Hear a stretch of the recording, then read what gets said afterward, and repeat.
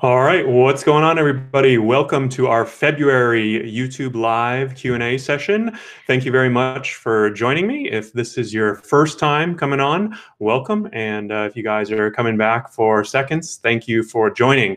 So I'm really excited to be back. If you guys may have noticed, but I've been gone off of, I haven't done a YouTube Live, I believe, in 2 or 3 months, and that's because my wife and I had a baby. I was actually hoping to have him make a little cameo, but he's crying and hungry, and I think he just pooped. So he probably is not the best to have on camera right now, but hopefully next month in March, he'll be able to make a little cameo and you guys can say hi. I posted a picture of him on my Facebook page, though, if you want to take a little look. His name is George Harry Campbell. So been busy with all that, but now I'm back and ready to do this YouTube Live. So hopefully I'm coming in loud and clear.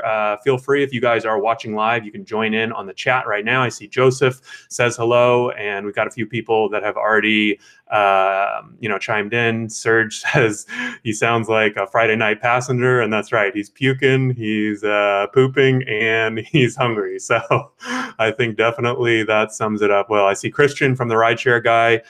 He'll be in the comments section in the chat. So if you guys are watching on YouTube Live right now, if you're on mobile, you can scroll down and you can actually see the live chat where you'll see other drivers talking, and Christian will be there answering any questions that I don't get to. So thank you, Sean, for the congratulations. And if you guys are just joining for the first time, we do these every single month, usually the third week of the month, and on Tuesday. I don't know if we actually hit that today. We might have been the fourth week, but welcome and thank you. So in today's YouTube Live, we're going to spend just a few minutes going over a couple top news stories. I actually have a big announcement in addition to the baby, which some of you I think have already guessed. So if you guessed right, congratulations. And then we'll go over a couple top news stories after that announcement, and then talk about a couple of the latest app updates to the Uber and Lyft apps. There haven't been a ton, but we'll briefly touch on that, and then spend a majority of the time doing question and answers. So you can really go ahead and ask me anything from getting started type questions to more experienced, advanced strategies, whatever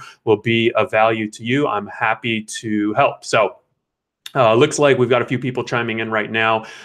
So Doug says, greetings from Ithaca, New York. Daddy, thank you very much, Doug. Christian wants to talk about Express Pool, so we'll definitely get there. And yeah, definitely start getting those questions ready. I'm here to answer everything. And make sure you guys stay tuned to the end too. So we're just getting started, but we're going to do about an hour tonight. And at the end, we're actually going to do a little giveaway. So I always like to do a little giveaway. So we've got the Rideshare Guy trucker hats right here, and we'll do a little giveaway at the end. And we usually give out 3 or 5 of these. So I think actually the hats are half off right now where I order them. So I might give out extra tonight since I'll be saving some money. Matt says we demand a baby appearance. So I don't think you guys can hear him through the mic, but I can hear him screaming his head off outside. So definitely, I don't know if he'll be great to make a cameo tonight, but we'll get there. Joseph says, like the class action lawsuit. Yeah, you guys actually, I just got a text about the class action lawsuit for Uber, so we can definitely talk about that. Now, before we get started, I do want to say thank you for joining, and I want to make a little quick announcement because I've got a book coming out called The Rideshare Guide. So basically everything you need to know about driving for Uber, Lyft, and other ride-sharing companies. Obviously, we've got the blog, the podcast, the YouTube channel, and we do a lot of content on all of those individual channels. But one of the reasons why I wanted to do the book was because I could really consolidate all of that. And so you can sort of see, well, you can't see here, but I can tell you, right, it's really laid out, kind of chapter 3, you know, what it's like to give your first ride. Chapter 4, how you can become a 5-star driver. Chapter 5 or 6, how do I maximize my profits? So it's really sort of a guide for drivers where, you know, if you're just getting started, you can start at chapter 1. If you're more advanced or more experienced, you just want to know about taxes, you can go straight to the section on taxes. So I'll definitely be sharing more information on that. It'll be coming out live April 24th, 2018. And yes, it will be on Kindle. Obviously, this is the paperback. This is the advanced reading copy. So it's not what the official cover will look a little bit different, but for the most part, it'll be the same thing. And then, I'll definitely do some more information about that once the book goes live, because I definitely will be able to use your guys' help in promoting it. Amazon reviews will be huge. It's actually already live on Amazon. If you want to go ahead and preview it or pre-order it, it's only $9.99. So enough about the book. I'll definitely talk a lot more about that later, probably in the next YouTube Live and in a future video. So Sean says, how much does your baby weigh? And my baby weighs I think when he was born, he weighed 6 pounds, 12 ounces, and now he's probably a lot more. I think he's at least up to, he's probably gained 3 or 4 pounds, maybe 3 pounds in a month, month and a half. So he's a little chubby baby and he's looking good. So definitely he'll make a cameo next time. Doug says, will your book be on audiobooks read by Morgan Freeman? It won't be on audiobooks to start, but I'm sure that I'll add it to audiobook eventually format, and I'll probably definitely read it myself. So it won't be on Audible to start, but if you guys do want to hear my voice more, obviously we do have the podcast, which you can find on iTunes. Steven says, is the book like the gold video course? Yes, it definitely is. I would say it's sort of like the entire course in general, but updated. So I mean, this is really kind of, in text format. It's sort of like imagine the course, but in text format. And I would say it's a lot better organized. It really covers everything you would need A to Z. So that's kind of how that works. And Jameson is asking about any updates on Maestro for iOS. So that's a good question. I actually wanted to talk about a couple of the latest app updates for Uber and Lyft. And of course, Maestro, since, as you guys know, I'm a big fan of this company. I've mentioned before, I actually came on as an advisor for this company, and I'm also an affiliate. So if you guys sign up with my affiliate link to use Maestro, I get paid. So that's always appreciated. And this is definitely a product that I'm a big fan of. But as a lot of people have found out and complained to me, it's only on Android. So no updates. I did release a video. The problem is that the way Maestro works, for those of you who don't know, it's a personal assistant for drivers is what I like to call it. Basically automates your Uber and Lyft driving. So you can drive for Uber, you can drive for Lyft automatically. It automatically logs you into both apps, automatically accepts certain requests and will ignore others, and then log you off of the app. If you get an Uber request, for example, to log you off of Lyft. So, very popular app. I think they've got tens of thousands of users now at this point. So definitely a lot of people are using it. And but the way it works, it doesn't have API access. So it won't be coming to iPhone anytime soon, just because of Apple. They don't let developers have basically the power that Maestro needs in order to have their app on iPhone. And that the only caveat is unless Maestro can get a partnership with like an Uber or a Lyft or a Postmates. And so that was actually one of the updates I saw. I saw Maestro sent out some updates, and they did a whole redesign of the entire app. I can probably pull it up real quick and show you guys, but Maestro is looking pretty cool now. So it looks completely different on the login screen and stuff. So you can see right here. Hopefully that's clear, but that's what the new Maestro app looks like right there. And so they added the Uber option, the Lyft option is what they were already there. And now you have Postmates. So now you can also do Postmates, which is pretty cool. And they're going to be adding more apps in the future. So definitely a lot of potential there. And I know some drivers are even actually switching to Android. So just so that they can use that app. So Christian says it's Apple's fault. And to be honest, it is kind of Apple's fault with Maestro. SD Ute fan says that's a shame, need Maestro for Apple. But I will say, I'm personally, I'm working on, I'm hoping that we can work out maybe a deal with an Android manufacturer, to get drivers cheap Android phones or something like that. So Uber Girl Paula says, you just don't know who's pinging you in Maestro, so I'd rather do it myself, much faster. I'm not sure exactly what you mean because, Maestro does allow you to filter certain types of requests and certain distances, certain passenger ratings. So you definitely have a lot of flexibility there. David says, how do you maintain a battery with all these apps running? I mean, honestly, I keep my phone plugged in at all times while I'm driving. So I'm almost always pretty close to 100%, or, if in between rides and I take it out, I'm always 80, 90%. So just make sure that you're using the right sort of, amperage, I don't know what the word is, but the cigarette charger, they now have the 2.4 or the 3.1. A lot of the newer phones need, basically a high capacity charger. So that's a little quick update on Maestro. If you guys haven't checked it out, we can leave a link in the show notes for this and you can check it out and download the app. The other thing I want to mention too is that, Uber added ExpressPOOL recently. So they've been testing this in a few markets and we have a really good article about it on the blog. But they recently expanded it to Los Angeles and a bunch of other cities. So if you guys aren't familiar with ExpressPOOL, basically the way it works is that it really asks passengers to, for example, walk a block over, right? With UberPOOL, it's kind of a hassle or a huge hassle because you have to combined Uber Express Pool is that basically all the passengers will walk to one corner, you pick them up, and then you drop them off at a corner, and then they walk to their destination. So that's sort of the idea. You know, I've got my baby here, so I haven't been driving for Uber lately, but once I get back on the road, I'll definitely be checking out Express Pool probably this weekend or next week. But I'm curious to know if you guys have heard any feedback and you know, sort of what you think. You know, basically what you think about Uber Express Pool, or whatever they call it. Uber Girl Paula says, I'll stay away from it. SD Ute fan says, I avoid all pool requests. And so that's probably, you know, that's the feedback we hear from a lot of drivers, is that obviously they hate Uber Pool. And, you know, the only nice thing is if you're in a city that does trip-based bonuses, each individual Uber Pool rider counts as a single trip. So if you have a bonus that says do 20 trips and get $60, for example, obviously you want a bunch of short trips, and that's when Uber Pool is going to make a lot of sense. So we've got some commenters chiming in. Jimmy says, I don't do pools. So that definitely lines up with sort of what we've heard from feedback from drivers and things like that. James says, is baby rideshare guy driving yet? No, not yet. But he is working for the rideshare guy business. I'm going to have him do a little bit of modeling and pay him a couple $100 for that tax deduction. So little trick there for all you business owners.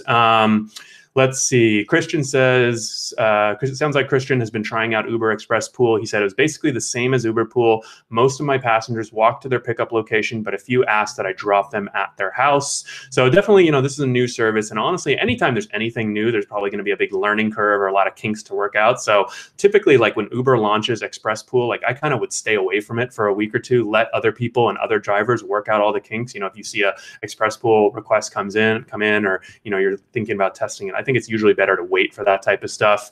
And then that way you can let other drivers, you know, figure out all the bugs. So that's kind of how I handle that. Joseph says, I only do pool if surge is higher than 1.8x. So yeah, so hopefully you guys got all that. You know, this week we actually released our Rideshare Guy survey.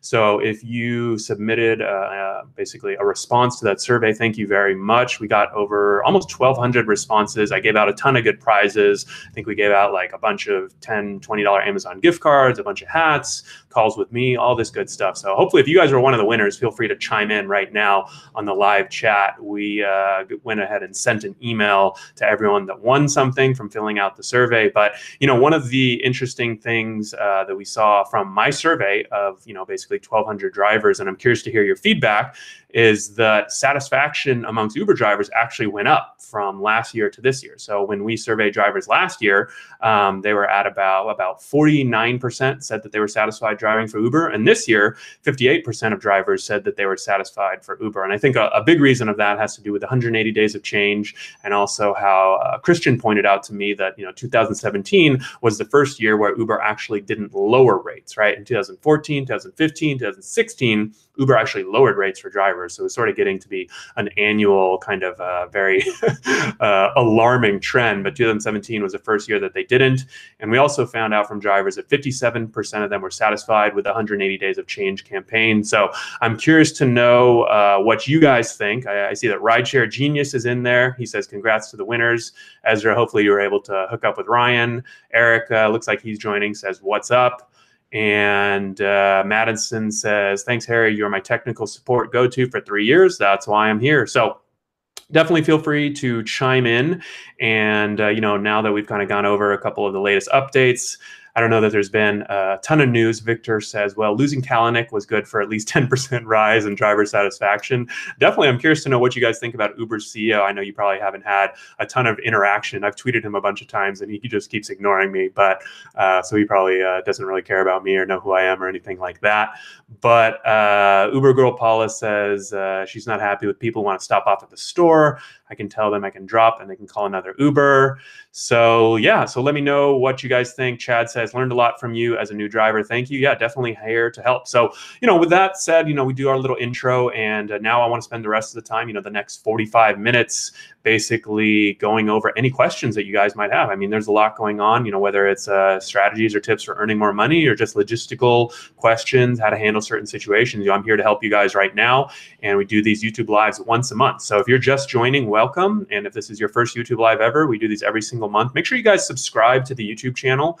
And we actually used to send out emails when we went on these YouTube lives, but now I think I'm just going to go ahead and have our YouTube subscribers, so we don't bug a bunch of people with emails. So hopefully you guys are subscribed to the channel, and if this is your second, third, fourth time back, welcome back. Stay tuned to the end. We'll be doing that little giveaway of the Rideshare guy swag. So let's see what questions we've got coming in. Jameson Mitchell says, what about the Uber IPO? So I believe Uber's new CEO, Dara Khosrowshahi, whatever his name is, he says that Uber is really gearing up for an IPO towards the end of 2019. Now, what does that mean for drivers is that, in order to be IPO ready, this company needs to be more profitable. I don't know if they'll be profitable by the time of the IPO, but they definitely need to reverse the trend. I don't know if you guys realize this, but Uber actually lost $4 billion in 2017, which is pretty nuts when you think about that. And of course, a lot of that is going to drivers, right? Driver subsidies, right? All those bonuses that places in like LA, San Francisco, Chicago are getting, passenger bonuses, competing with Lyft, all of these lawsuits that Uber's going, right? They've got a lot of costs going on.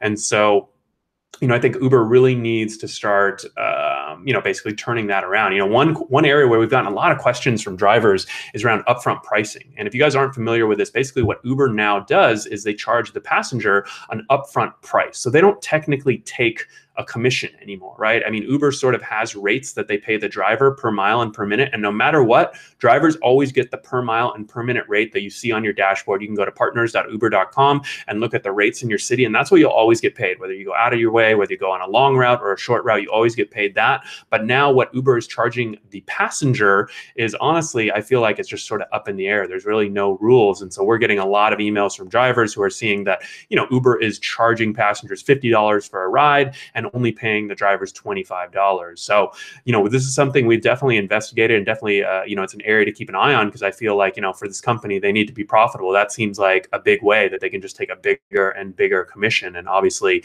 it kind of sucks for drivers because, Uber is making more and more and drivers are sort of making about the same. So, I'm not a big fan of Uber pricing, but yeah, that's how it's working. And let's see, Francisco says, I finally got a newer phone to get back on Uber, Galaxy S4 to the S7. Yeah, so if you guys are using an S4, I mean, that's definitely, an older phone for sure. I'm actually here on the S8 Plus, which I love this phone, and it's great. Obviously, it's expensive, but I know that there's some other top-of-the-line Android phones like the OnePlus One, and I think the Google Pixel, I've heard good things. I don't know how much that one is. I don't know if it's any cheaper than the Samsung, but definitely there's some good Android phones out there. And of course, iPhone, I'm not personally an iPhone user, but obviously iPhones are good. But the reason, I guess when you think about it, right, as a driver, you really want to invest in the things that you use all the time. Your car, your phone. I mean, those are the two most important tools to you as a driver. So if you're sort of going around with some crappy old phone, no offense, Francisco, but if you're going around with some phone that's old, right, that can't run multiple apps at once, it can't use text, phone, navigation. Some drivers like to switch between Google Maps and Waze, Uber app, Uber driver app, Lyft driver app. Sometimes drivers will check the Uber passenger app to see where other drivers are. That's what, 8 apps right there. And then you hop on Facebook in between rides. That's 9 apps right there that your phone needs to be able to sort of run, not all at the same time, but you can imagine that it does require a lot of computing power. So that's definitely something, I recommend if you are having any type of technical problems or glitches. And, that's another thing, because I know Maestro requires Android 7.0 or higher in order to run. So that's just sort of another reason that you can go ahead and check that out. So Let's see. Andre Bell says, question, will I get in trouble for driving during prime time zones predominantly? And the answer is no. So, I mean, that's obviously a strategy that some drivers use, right? They only look for surge on Uber, right? Or they only look for prime time. Now, it's a little difficult on Lyft because there's no guarantee that, just because you're in a prime time area, when you get that request, that'll be on prime time, like with Uber when they send you the amount. But, you can definitely check that out. And, I think that's a strategy that you can use. I don't know. I think it takes a lot of, kind of mental capacity. Again, with Maestro, you can set the surge levels, for example, and say, I only want rides above 1.5x. And, if it's kind of hovering in and out of surge, or if you're in an area where, maybe to the, north of you is 1.5 and to the south of you is no surge. I mean, that definitely is a time where it might make sense. If it's busy, right, and you can ignore one non-surge request and you think that you'll still have a good chance of getting a surge prime time request next, is definitely something that you can do. And that's right. Ezra said that Lyft does show the amount now. That's right. Lyft does show the prime time amount now. I was thinking about the old way that they used to do it. But let's see. So we've got a couple other questions coming in. And Chad says, let's see. Yeah, Christian says, Lyft shows the PT on Accept now. That's right. They changed it. They used to not show it, which I know a lot of drivers complained about. And Chad says, what is your take on switching from UberX with a paid off car to buying a vehicle for Uber XL? Should I just stay with X? So this is actually a great question because my very next podcast on the Rideshare Guy. So if you guys haven't checked out the podcast yet, you can go to therideshareguy.com/iTunes and it'll take you right to our podcast, or you can search it in Stitcher or wherever you get your podcast. I actually interviewed an XL driver in the Bay Area, and we really talked about just that. And, I think really the moral of the story when it comes to upgrading to XL is that it's not going to be a slam dunk. You're not going to go from UberX to XL and make double the money. But if your driving habits maybe line up better with Uber XL rides, so think, when are groups and families, if you're in a city that it gets a lot of tourism, right? You're probably going to have a lot of families coming into a town with luggage, and, they might be more likely to request XL on the weekends and Friday, Saturday nights when those groups are going out, right? You can get more XL rides. So that's really, I think, kind of the moral of the story is, if your schedule lines up well with XL and you sort of have good access to a vehicle that, you can get good financing on, or you have some special deal where you can get a car, because Uber XL obviously requires seatbelts for 6 other passengers, I believe. So you have to make sure that, you are going to invest a little bit more for that. So SD Ute fan says, don't go into debt with rideshare. And I mean, I definitely agree with that. I think that it all sort of depends. I mean, if you have no job and, you need to get financing for a vehicle, I would do everything I can to sort of pay that off quickly. But yeah, I definitely wouldn't go into sort of insurmountable debt to go and do rideshare. Because I think that's the thing, with a lot of drivers, they get into like a weekly or rental lease, or even some lease payments, like with the Uber and Lyft weekly rentals or weekly leases. The problem with those is that you really have to drive a ton. You have to basically drive 50, 60 hours a week. You can't take weeks off. And so I think that if you sort of go in and understand that mindset, you say, hey, I'm going to use this until I have the down payment and I can buy a car on my own to make this work, then that's sort of a situation where, it might make more sense. So Denise Me says, I'm a new driver. What is cherry picking? Thank you. So cherry picking rides is really looking for the most profitable rides. Now, there's more ethical ways that you can kind of cherry pick rides. So for example, like during the times where people are requesting a lot of, so sort of like from around 10 to 11 p.m., for example, near bars on Friday, Saturday nights, in certain bar areas, there are a lot of little short trips, right? And those are trips that I like to avoid because there's all these traffic and they're all short and you don't make much money. So I would sort of say that I kind of like not on the opposite of cherry picking, right? I'll go away from that. I'll actually turn my app off and go away from those areas, maybe go more into, an area, not the suburbs, but into an area where people might be requesting rides to the bars. And so I'm not getting all those little short trips where you have to wait for them to come outside and find your passengers amongst a bunch of people. So, cherry picking rides are really looking for those more profitable rides. Maybe, an airport strategy is definitely cherry picking airport rides. For example, you can go and only do airport rides. So hopefully that makes sense what cherry picking means. And PT, that means it could mean prime time. So PT on Lyft is prime time. So if Lyft is at 100% prime time, that's equal to a 2x surge on Uber. So basically it's saying that you're going to get paid double. It could also mean part-time. So that's what that means. Denise has another question. She says, what is the best navigation to use on Lyft? So I know that Lyft now has the integration with Google Maps. So, that's an option. Personally, when I'm Jimmy says Waze for Lyft, and let's see what anyone else chiming in. But yeah, so I mean, obviously, I don't know. I guess really it sort of boils down to Google Maps versus Waze. I think for the most part, whether you're on Uber, a lot of people on Uber. And to be honest, so I've seen a lot of drivers also using Uber's in-app navigation. Personally, I'm not a fan of Uber's in-app navigation. I typically use Google Maps. We have a really good video that breaks down Google Maps versus Waze. And I know Joe on the YouTube channel, on the Rideshare Guy YouTube channel, just released a video on some tricks for Google Maps. Christian says, I prefer Google Maps. Rideshare Genius says, I like Waze. So, I think that it's really kind of a mix. I think Waze and Google Maps are pretty equal. Jay says Uber's in-app nav sucks. And I was trying to put it nicely, but yeah, that definitely, I agree with that. And like Christian is saying, Uber's in-app maps have gotten better. I mean, I remember when I first started driving for Uber 3 or 4 years ago, their maps were awful. They were so bad. They were taking you down wrong streets, like going down one-way streets, dropping you off. And like sometimes you would go to addresses just like didn't exist, or you would go to the completely wrong address. So I think they also just really have Uber's in-app navigation has a really bad rap from those early days when it was legitimately awful. I'm sure that now it's at least doable, but yeah. So hopefully that answers your question. Andre says, let's see.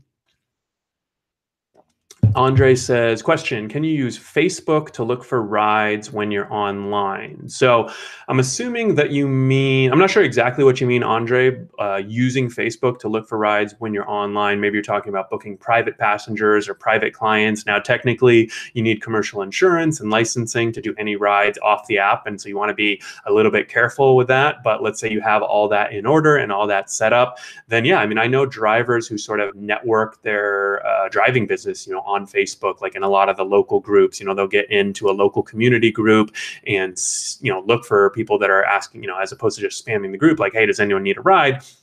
They'll look for situations where it would make sense. I know that one driver that we talked to found a Facebook group where it was basically like a lot of people that are coming into their town, right? And they had questions about the city and recommendations. And this guy basically was sort of providing value to them. He was saying, all right, here are my top 5 spots. Here's X, Y, and Z. And then when there was a transportation question or anything like that, he would give them the best options. You can do a bus, you can do a train, whatever it might be, and then sort of provide, hey, and if you want a private driver, I'm here, I can pick you up from the airport or whatever it might be. So I think that might be what you're talking about. And let's see, Jay says maybe looking for cash rides. And then let's see, what other questions do we have coming in? So a lot of people talking about the maps. I don't know if there was a general consensus there, but I think we all, or almost everyone, agrees that Uber's maps are bad, and it's pretty evenly split between Google Maps and Waze. So definitely recommend one of those two. And, I think it's just a personal preference, so I wouldn't stress too much. SD Ute fan says, I switched to the in-app nav at the end of the ride to see exactly where the rider is. Yeah, that's definitely a good idea.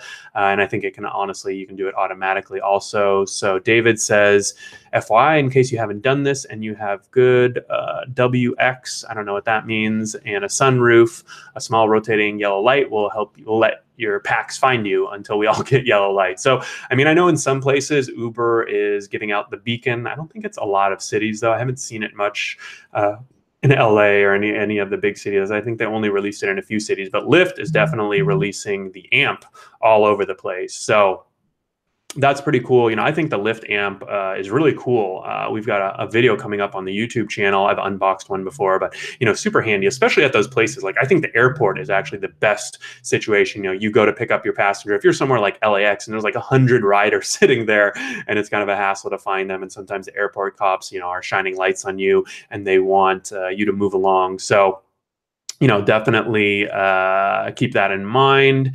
And Madison says, Harry, Uber's in-app nav has gotten better. and I don't have the passenger's name throughout. Yeah, that's actually a good idea. That's actually a good point, Madison, because sometimes when I'm ending a trip and I'm on Google Maps, I want to say, I think it's like a nice touch to say, hey, goodbye, Madison, or have a good day, Madison. Even if I haven't talked to them, I think it sort of adds just like a nice little personal touch. So that could be a good reason to use Uber's in-app nav, because you see the name there and you don't have to like quickly switch back and look at it, or if they get out of the car really quickly. So that definitely makes sense. And let's see, what other questions do we have coming in? Can you explain Lyft's prime time? It's constantly changing. So I'm not sure exactly what you mean, but I think you're probably just referring to the fact that, when you see Lyft prime time or even Uber Surge on the map, for the most part, right, it's going up and it's going down every few seconds or every 10 to 30 seconds, sort of whenever it's refreshing. And yeah, I mean, that's kind of how it works, right? I mean, one of my number one piece of advice for new drivers is not to chase the surge, not to chase the prime time. So when you see that big red spot on the map, you typically don't want to drive to it. And there is one caveat that I'll get to in a second, but imagine there's a bunch of new drivers always out on the roads, right? And they want to make as much money as possible. They see all this surge, they drive to it. What does surge or what does prime time mean? It means that there's low supply and high demand. So if a bunch of drivers are driving to surge, that's obviously going to raise supply. And as those riders are getting rides, demand is going down. So that's now why surge or prime time is going to disappear. The only sort of caveat is when it's those times of predictable surge, right? That's maybe when you want to position yourself, when the bars are getting out here at 2 a.m., right? Maybe you wait, you let it build up. And then when you think it's at kind of its peak, you go in for the kill, right? And get that super high surge ride. So, when it's predictable surge times, that's when it sort of makes sense to chase the surge. But for the most part, if you see just a random surge area or prime time area pop up on the map, I definitely don't advise chasing after it. So let's see. We've got some questions coming in. Uber Girl says, I love QuickBooks. Yeah, so that's definitely an app that we recommend. And, you guys, it is tax time. And I have to say that we get a lot of questions every year about mileage tracking. So I definitely recommend, the two apps that we recommend, Stride Tax. I believe that they used to be called Stride Drive, and now they're called Stride Tax. We've got an affiliate link. If you'd like to sign up using our affiliate link, we'll get a small commission. But it's a free app for Android and iOS. And honestly, if you guys are doing a good job tracking your miles, and I'm personally very aggressive with the miles that I track and all of the deductions that I take. I mean, I talked to a driver the other day who loves to travel, and he uses a GoPro when he travels. But he also uses a GoPro in his car sometimes as a dash cam. So you can actually deduct that on your taxes as long as you deduct it for the amount you use personally and the amount you use business, right? So if he uses it 90% of the time for business, he gets to take a 90% deduction on this GoPro that he also uses when he travels. So those are the types of items that you want to look for. And, QuickBooks Self-Employed is the other app that we recommend. And it definitely gives you that sort of holistic view. You can not only do the mileage tracking, but you can do all of the expenses. You can do estimated taxes and everything. So definitely some options there. Uber Gopala says, I don't like Sherpa Share, try QuickBooks. So definitely something that you can check out. Definitely some options. And we've got a good article on our site. Andre says, what is your take on Sherpa Share? So personally, I have a personal, I wouldn't say vendetta against them, but they kind of treated me really poorly as an affiliate a few years ago. And basically they owed me a lot of money and I never really collected on it. But so I have a little bit of a sour taste in my mouth. But honestly, at the end of the day, any app that's going to help you guys as a driver, I'm all for. Any app that is going to save you money. And, I think that's the thing, right? Like Maestro is a really sexy and appealing app to drivers because it's like solves this pain point for you about driving for both apps. And, it helps you get more trips when it's slow. But some of these other apps like a Stride or a QuickBooks Self-Employed, some of these mileage tracking apps, it's not as sexy to track your mileage. But I mean, if you do a good job tracking your mileage, you could easily offset a majority or even almost all of your income, right? Because you get to deduct, whatever it was, 57.5 cents per mile. I can't remember what it is, 53.5 cents per mile. I always forget. But whatever that amount is, like if you're driving a good economical car like a Prius or a four-door used sedan that you got a good deal on, your cost of operation might only be 20 to 40 cents per mile. So that difference is actually a huge savings for you guys when it comes tax time. And it could mean that you end up paying basically next to nothing on your taxes. So definitely, an option there. that you guys can try. Chad says, I use Everlands. Yep, that's another good option. So definitely lots of options out there, and really just make sure that you use something. Tom says, Maestro, if you put in no line in pool, you get in trouble for that. So not actually. So if you ignore 2 to 3 Uber pool requests, for example, Uber sometimes puts you in what I call Uber timeout, but that's sort of, that's really the only way you can get in trouble. You actually can't get deactivated anymore for not accepting trips. You can still get deactivated for canceling on riders because Uber doesn't like that, but you can't get deactivated for ignoring trips. So that is an option. And let's see.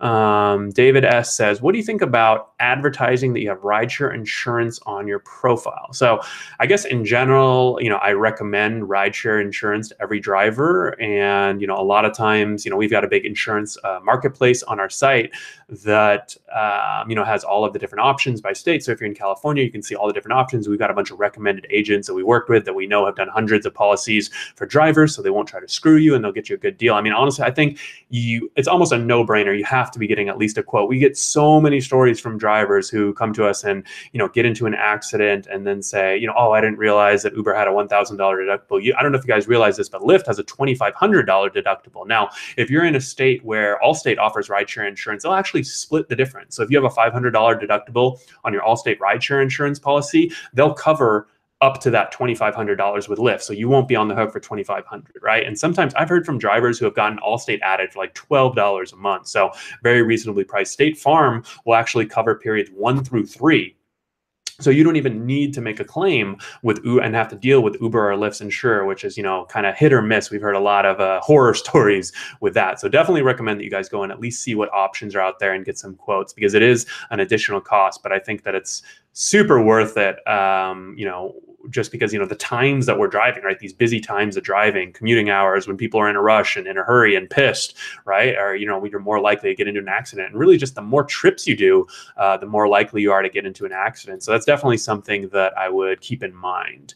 Rideshare Genius says, hey, Lyft, you're hurting my wallet with these 39-minute pickups. So yeah, Lyft is sometimes known in certain areas for long pickups. We've got an article coming out actually tomorrow on the Rideshare Guy all about Uber's new long pickup fee, which I think is a cool idea. And if you guys aren't familiar with it, basically at a certain threshold, let's say 7 or 8 minutes, if you accept a passenger request that's 7 or 8 minutes away, after that point, you start getting paid mileage and time. But one thing that we discovered that we didn't like was that if it turns out to be a minimum fare, that long pickup fee counts towards the minimum fare. So you could still drive a long distance and get a minimum fare, which is beyond idiotic. And I'm kind of pissed at Uber that they, would release this Uber long pickup fee, and then kind of defeats the whole purpose. You can still get those long pickups, and then you might still get a minimum fare. So it's pretty stupid. But yeah. So SD fan says, if I decline 2 trips in a row, I turn off the app for a moment, then right back on. Works every time. Yes, I know there's a lot of tricks that you can do. You can do that. You can go airplane mode and really be creative, right? Sort of think outside the box, guys. That's what it's all about. Let's see. So Jim says, can anyone make over $12 an hour? So, I mean, we just surveyed drivers, and drivers reported, so we surveyed 1,200 drivers, and of those 1,200 drivers reported that they were making about $16.93 per hour before expenses. Now, when we did some calculations in one of our articles, we estimated that expenses were around $3 to $5 an hour. So that's $11.93 to $13.93 per hour. So Jim, you're right. The average may be right there at $12 to $13 an hour. But one of the things that I'm a big believer in is that if you go out there and are very smart about the way you're driving, you might not be able to go out and make 2 or 3 times as much as another driver, but you can definitely increase your earnings, right? If the average drive, there's a learning curve. One of the other things we saw in our survey is that drivers who have been done over 10,000 trips reported averaging over $20 an hour, whereas new drivers reported making $15 an hour. So there's definitely that learning curve, right? And there's those things that you can learn, right? Maybe there's, rides at certain times of the day that are just not very profitable for you to take. And sometimes, you have to be what I call a cutthroat driver,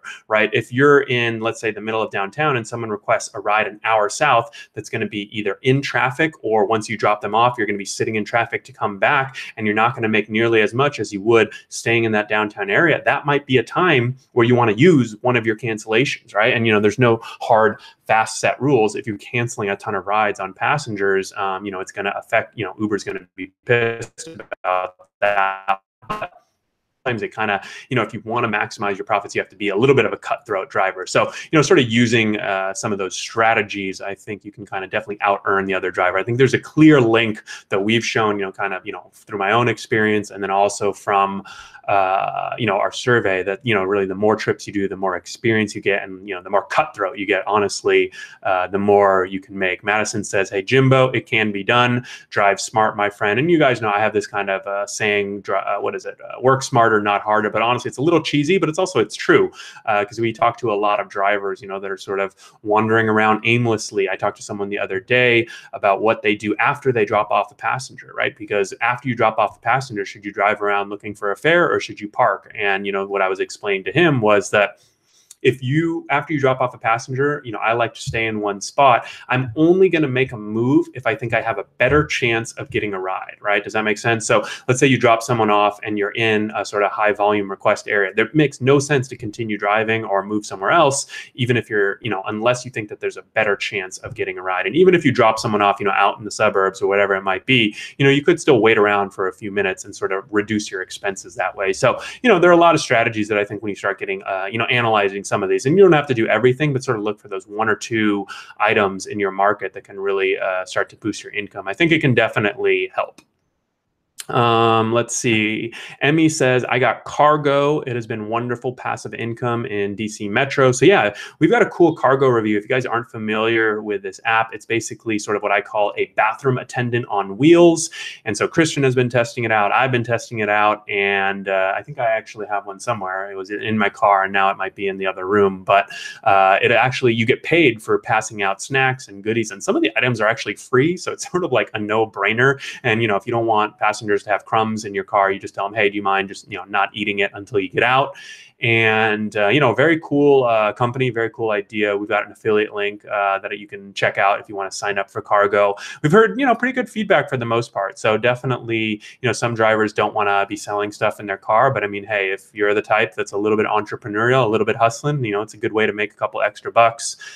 Uber Girl Paula says it's too messy, so that might be your objection, but at the same time, sometimes I think you want to try these things out, right? Because I know when I tried it out, I just told, I ate, first of all, I ate, I sampled the cookies and I said, wow, these cookies are very messy. And you're right, the cookies are messy. And so some of the items I actually asked the passengers, hey, do you mind waiting until you get out of the car to eat that item, because it's really messy. And if you phrase it like that, if you sort of deal with your passengers like that, obviously, you might get a dick once in a while and they're going to say no and they're going to eat it anyways. But for the most part, if you phrase it like that, passengers are understanding. It's sort of when you come at them combatively and say, hey, don't eat that in my car, right? Well, why are you selling this stuff in your car, right? Or if someone tries to come into your car with a beer and you say, hey, you kind of say, no, I'm not going to do that. Get out of here, right? You kind of want to diffuse these situations, right? Because at the end of the day, you want to do these rides, right? You kind of want to avoid kind of confrontation, and you can really sort of use the strategy of diffusing the situation, really regardless of whatever it is, in order to, make that happen. So Rideshare Genius says, these passengers are savages. Jim says, why did Uberman quit doing Uber? So I don't know, but I can definitely, I think Uberman tweeted me today and said that he felt he was surprised at our survey at how satisfied drivers were driving for Uber. And, I told him that, hey, we surveyed 1,200 drivers. And I think that he was feeling like, some of basically the commenters or maybe some of his subscribers were just a little bit negative on Uber. And, I think that that's definitely reasonable. I mean, it's tough to kind of create content about something that people hate doing. And so I don't know if you guys have probably noticed from my channel that I'm all about, I'm never going to tell anyone not to do Uber or Lyft or don't do this or don't do that. I'll definitely fight for drivers and say, hey, we should get paid more and this is where we can improve. But at the end of the day, I'm a big believer in going out and doing these things yourself and trying trying it out and doing your best and providing as much information and content to drivers so that they can succeed. But if it's not working out for you, don't do it, right? Do something else. And, so that's sort of my philosophy and my strategy. And of course, we have plenty of articles on the site that are sort of calling out Uber when they do something bad or complaining about this or complaining about that. But I think for the most part, my channel and my business and blog in general is really geared to say, hey, if you want to do this job, we're going to help you do it as well as possible. And so you probably noticed that hopefully, my audience, that resonates with my audience, because once in a while I have to, you do get the kind of Uber haters. And I just think to myself, this guy hates what he's doing. And I totally, there are people where it doesn't work out, but dude, go find something else. Don't do it. Right. So, I think it's a little bit of a combination of both, but hopefully that makes sense. Chad says, I don't hate it. I enjoy it, but it's obviously just a side gig, at least in my market. And that's how I look at it. And I think that's perfect. Personally, I've always, I've never been a full-time Uber and Lyft driver. And I think, I totally understand where drivers are coming from that are doing it full-time. But for me personally, it's something that I enjoy doing part-time, and it would be tough to do full-time. Jim says, sounds like McDonald's is a better job. I don't know. I don't know if I agree with that personally, because, even if you're making the same amount of money as someone at McDonald's, you do still have flexibility. In the survey that we just sent out, even the full-time drivers, one of the things they said is they want to be independent contractors. A majority of full-time drivers said they want to be independent contractors for Uber, which surprised me. And I have to take that to mean that, they still do value the flexibility. Even though they might be working 40 or 50 hours a week, they still do get some flexibility. So looks like we've got some people in there chatting about get the weed smell out. Jay says, I've noticed the weed smell dissipates quickly. I always say to myself, you're starting at a 4. Then by the time they leave, if the smell is gone and they've been decent, I give in. Let's see. Rideshare Genius says the work environment with Uber is much better than McDonald's, in my opinion. And yeah, I agree with that. Jim says Uber is far more dangerous because of driving at night. And yeah, that's right. But at the same time, Uber now has a driver injury protection plan in a lot of cities. So, that's something that you can obviously opt into. So I think that, sort of driving for Uber, a lot of people get into driving for Uber and Lyft casually to look, to make a few $100. But honestly, it's, that's okay to get started like that. But, this is running a business, and you guys have to realize that, right? You need to think about rideshare insurance, because if you do get into an accident, right, you need to think about that. You need to think about liability issues. You need to think about what happens if you were to get injured, right? And sort of set yourself up for success. If you don't think about any of those things, you're setting yourself up for failure. And obviously these are all the topics that I'm very passionate about. And, we cover on the blog. We have articles, literally every topic that I've just discussed. We have articles, videos, and podcasts about all of that. So, make sure you take care of that. Christian says, I've worked both jobs. I'd take Uber any day of the week. And I agree. So Joseph says, let's see, Jay says, you definitely need the rideshare insurance. Rideshare Genius says, for me, McDonald's would be more stressful than Uber. I like driving, so I'm comfortable doing it. Deep fryer, maybe not. I wouldn't mind working at In-N-Out. I feel like In-N-Out is a pretty good place to work. They always seem pretty happy there, but McDonald's probably is not for me. Jim says, is a Honda Accord a good car for Uber? Yeah, definitely. I think that in our survey, Toyota, Ford, Honda, Hyundai, Acura, those were all the top models. So definitely anything in that sort of 3 to 4 year old used space that's past, it's lost some of that depreciation, past the steepest part of the depreciation curve. So, you don't need a brand new car to drive for Uber, but you want something that's newish, right? And hopefully you can get a good deal on financing, or you can put a little bit of a down payment down. So definitely, I've never personally driven a Honda Accord. I've been trying out the Ford Fusion Hybrid lately. I did this big campaign with Ford on YouTube, which I definitely recommend you guys checking out, because, I'm a little biased because I drove that car for about 6 months and did a bunch of Uber rides, but that's one that I've definitely been enjoying, and the hybrid is obviously pretty nice. Steven says, the rideshare guy, how can I buy one of those advanced copies of your book? I need it now. Well, you can't buy the advanced copy because it's an advanced copy, but it will be going live on Amazon April 24th, and it'll also be in, I know it's in Barnes. It's going to be in Barnes and Noble probably a few weeks early, and also Amazon bookstores a few weeks early. I don't know if there's any other bookstores. I think a bunch of libraries are buying the books too, which is kind of cool. So maybe check your local library for the rideshare guide. It may be there. And we're also working really hard right now on getting it into places like Walmart and some of the other big box retailers. So it may be ready a little bit early, but in the meantime, we do have a video training course that's a little more expensive, but it's also, you know, a lot of videos, and the content there is all still relevant. So definitely stay tuned for that. And you guys, if you guys actually want the first chapter of my book for free, I know if you go to the blog post on the Rideshare guide that we have about the book, you can actually opt in and get the first chapter for free, so you can sort of see what it, you know, what it's all about. Let's see. Emmy says most riders have an established bank account, so they are somewhat more responsible than those we call scums. I don't know what that's talking about, but maybe I missed something there.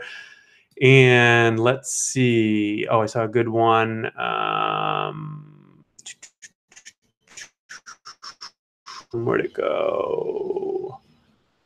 I think I missed it. SD Utsan says, I drive a 2004 Lexus. That's actually the same car I drive. I had a 2004 Lexus SUV that's in like great shape, and it's older, but it still gets 25 miles per the gallon. That's the first car I started driving with Uber.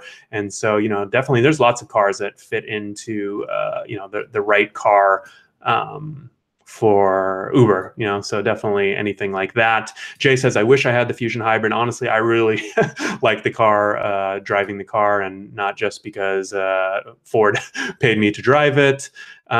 David says, congratulations on your baby. Would you teach them about rideshare? And definitely, you know, I think I'll definitely teach them about rideshare, but I think more than anything, I'll teach them about being an entrepreneur and sort of working for yourself, because I'm, you know, a little bit biased. I work for myself and I have my own business, but that's definitely, you know, what I'm passionate about. John says, Uber is the biggest scam out there. Feel free to provide some context. That isn't the most compelling argument. Let's see. Rideshare Genius says, I got an email about a new class action today. So I haven't actually seen that. I didn't get the email, but I did see the text message that I got. And yeah, so I haven't actually read it yet, but we'll see what happens with that. Swab says, I use a 2010 Subaru Outback, 2015 Ford Focus. So lots of different cars. Chad says, can you discuss business cards and what you recommend to put on them? So, you know, I think that business cards are something that certain drivers use. And to be honest, I would say in general, like if you're finding passengers that you're networking with, or just in general that you want to stay in touch with, I think just for building your personal brand, it makes sense to have business cards, period. Right? Just in general. You know, I don't know if I have my business cards here, but I have kind of cool business cards. You can actually check. We have a partner who makes them, but they're a little bit more expensive, but they are, they stand out. Everyone that I'm always handing a business card to is always saying, oh, wow, these are pretty cool. But, you know, for drivers specifically, I think if you're trying to build that relationship with the passenger and do rides again in the future. Now, like I said earlier, now technically you need commercial insurance and licensing to do rides off the app. Do drivers do rides anyways? Yes. And, you know, the risk is still there, but you know, you could, you know, I can't go out and tell drivers to do that, but I know that obviously a lot of drivers are building up private clientele, and you know, technically those rides are all illegal, but like I said, are drivers still doing it? Yes, they are still doing it, and probably making a lot of money from doing it. Greg says, has Uber blocked you so you can't get good tips, like $50 tips? Now, I do know there was a story that came out where Uber was having some problems with the tip limit, but for the most part, it should be at least double. Jay says, hey, has anyone used Shop Your Way? Now, Christian in the comments is a specialist at Shop Your Way, and now he's been testing it a bunch. So definitely, you know, I think Shop Your Way is a cool partnership with Uber that we just wrote about. And basically, you guys, you can get free points for signing up for this thing and linking your account, and then you can go and buy stuff off Sears.com and get dash cams and phone mounts and all that kind of stuff. So kind of cool. Let's see. So we discussed the business cards. Andre says, would it be wise to create an LLC and put the car under it? So, you know, we've got a good article over on our video training course blog, MaximumRidesharingProfits.com, about forming an LLC. And for the most part, what an LLC does is gives you liability protection. Your taxes are going to be the exact same whether you have an LLC for your driving business or not. But what an LLC does is really give you an extra layer of liability. Now, in a place like California, it's pretty expensive. I believe it's around $800 to form an LLC. So a lot of smaller sole proprietors or small businesses don't always do an LLC. But in other states, if you have a lot of assets at risk, for example, if you have a house or if you have, you know, money in your bank account and you sort of want to be extra cautionary, let's say you get into an accident where you're, you know, basically, you know, and obviously I'm not a lawyer, but, you know, I do know the gist of how these things work, right? Let's say you get into an accident and the passenger is probably going to sue Uber, but maybe they also name you in the lawsuit, and you don't want your personal, belongings, your personal cash or your house or whatever might be in your name to be at risk. If you're under an LLC, then it gives you some extra layer of liability protection. Now, it's not foolproof, because I believe if you're negligent, like if you're drunk driving and you get into an accident, like an LLC doesn't matter. You'll still be held personally liable. But that's typically how an LLC works. So I don't think it's necessary for most drivers, but it definitely does give you that extra layer of protection if you feel that you have assets at risk. So hopefully that makes sense. Let's see. Jay says something about Shop Your Way again. I just bought a trimmer though on Shop Your Way. And yeah, I don't know. We wrote this post about Shop Your Way. I'm surprised it wasn't more popular, but I think we may be doing a video on it. But guys, this is like free money. I'm telling you, that's the thing. Like, for a lot, we were talking earlier about some of these drivers, how much they aren't making. Like, there's these opportunities, like the Shop Your Way, for example. It's not going to make you rich, but literally it takes maybe 20 minutes to figure it out and set it up. And then now you're just getting cash up to $100 a quarter that you can go and spend. And that saves you $400 a year, right? So, it's not a ton of money, but if you think about how much time it takes to set these things up, right? If it takes you an hour to make $400, that's a pretty good hourly rate, right? So these are the things that you guys really need to keep an eye out for. I think no matter how much money I make, I'm always going to be the type of person where I'm looking for those opportunities. I was at the beach the other day and someone asked me if I wanted to take a survey for a $5 Starbucks gift card. I asked them, how long is it going to take? They said it'll take no more than 2 minutes. I said, okay. You know what I mean? Like, I literally, answered a few questions about whatever they were doing on an iPad. 2 minutes later, they gave me a $5 Starbucks gift card. Now, that isn't going to make me rich or anything, but those things add up over time, right? So I think, and if you sort of go in with that mindset, you start looking for those opportunities. And maybe it's a Starbucks gift card this time, maybe it's a $500 Shop Your Way partnership next time, right? And you can sort of build on a lot of those. So definitely, that would be the way to think about it. So we've got an article I think Christian is sharing about the Shop Your Way, where you guys can go and check that out. We'll leave that in the show notes. And then Holly says, is there a setting on Lyft to show the rider's destination, city, state? App only shows street address. So I believe Holly is referring to the fact that you can obviously, with Lyft, no, technically you can see the rider's destination before, excuse me, getting to the end of this YouTube Live. I'm running out of my voice, but you can see the rider's destination on Lyft. Actually, there is sort of that little trick that if you tap arrive right when you get there, you can sort of see where the rider is headed before they get into your car. So that's one that, maybe use sparingly, but you can check that. And I don't know that, I'm trying to think what the screen says, if it shows city or state. I don't know that you would actually really need that, or you could kind of quickly like go and look it up in a map, or maybe use your voice command, say, okay, Google, go and look up this address, and then you could figure out the city and state really quick that way. So hopefully that helps. Rideshare Genius says, is this Sears and Kmart's way of trying to stay in business? Give out these free points to hundreds of thousands of Uber drivers so they can keep getting sales for a few years? Maybe. So, I mean, that could be why they're doing it. I mean, there are a lot of companies, right? There's over 2 million Uber drivers in the United States right now. So I think you have a lot of big companies that are sort of starting to target this market. I mean, we talked about Stride Tax earlier. It's a free mileage tracking app, right? I mean, so this is like a great product for drivers. It's completely free. So, there are a lot of companies right now that are investing, and, some of these might sound a little too good to be true, but at the same time, a lot of these companies are trying to figure out business models in the future. They may not be caring about, how much money they make right now. So definitely keep an eye out for those opportunities, and you can definitely take advantage of it. So we're going to wrap up here. We're going to do our little giveaway in a second of the Rideshare Guys swag.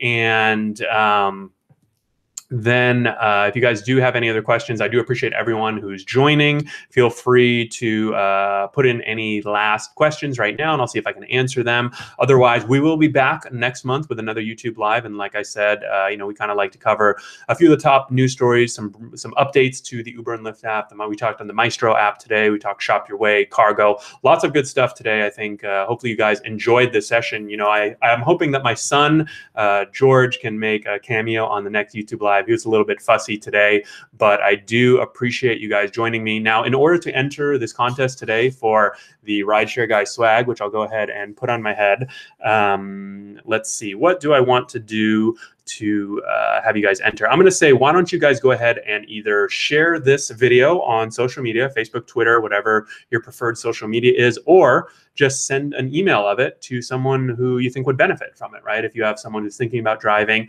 or you have someone who's already an Uber and Lyft driver, just send them a link to this video. Take a screenshot of the share on Facebook or Twitter. Just take a screenshot so I know you shared it. Send me an email, harry@therideshareguy.com, subject line YouTube Live giveaway, and you'll be entered, and I'll probably give away at least 3 to 5 of these hats that I'm wearing right here, and you guys can win some free swag. So, and make sure that you do that. If you guys are watching live, you can enter. If you're watching after the fact, or, maybe tomorrow or the day after, you won't be able to enter the contest, but, join us next month for our next YouTube Live, and you'll be able to enter the contest. Like I said, I've also got the book coming out. Give one last quick promo for the book.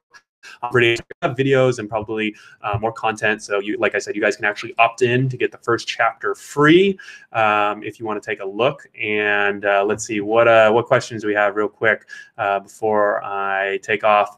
Lyft says 300 to 400%, and they only give 25%. So I think we covered that earlier. But yeah, so hopefully you guys enjoyed this YouTube Live. If I didn't answer your question, feel free to shoot me an email, harry@therideshareguy.com, or if you're watching after the fact, you can always leave a comment on this YouTube video, and we'll make sure to respond. So without further ado, everyone stay safe out there and enjoy your driving. We'll talk next month. We'll go live again, and see you then. Take care.